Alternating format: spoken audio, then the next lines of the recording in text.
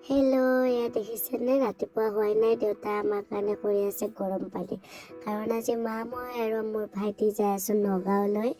আমাৰ গাঁৱৰ পৰা কিছু মানুহ গৈছে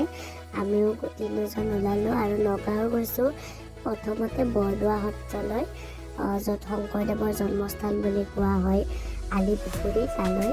আৰু এয়া বৰদোৱাৰ দৃশ্য চাওক আপোনালোকে ইমান ধুনীয়া পৰিৱেশ আৰু বহু বিভিন্ন ধৰণৰ বস্তু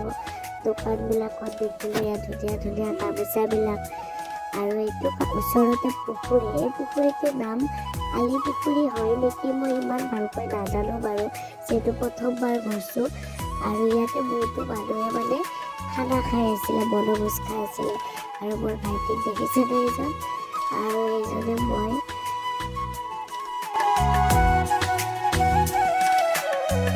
এইটো হৈছে সত্ৰখনৰ ভিতৰ ভাগ ইমান ধুনীয়াকৈ পৰিৱেশটো ৰাখিছে আপোনালোকে চাওকচোন চবতে গছ বিষ বহুত ধুনীয়া পৰিৱেশ সেউজীয়া পৰিৱেশ এটা তাৰপিছত আমাৰ নেক্সট লোকেশ্যন আছিল মৃত্যুঞ্জয় মন্দিৰ এইটো হৈছে পৃথিৱীৰ সৰ্ববৃহৎ লিংগাকাৰ মন্দিৰ আৰু ইয়াতে আমি আহিলোঁ এয়া মোৰ ভাইটিয়ে জ্বলাই আছে চাকি আৰু ময়ো চাকি জ্বলালোঁ আৰু এইটো কি ভিডিঅ' বনালে সি দেখিছেনে বাৰু তাক ভিডিঅ' বনাবলৈ দিছিলোঁ আৰু এয়া সকলোৱে চাকি বন্তি জ্বলাই আছে আমাৰো জ্বলোৱা হৈ গ'ল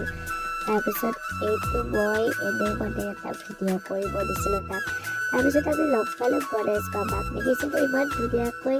কল খাই আছিলে আৰু মোক এনেকৈ আশীৰ্বাদ দিলে পিছত মিঠাই ডব্বাত এটা হাতত লৈ ঘৰলৈ বুলি বাই বাই।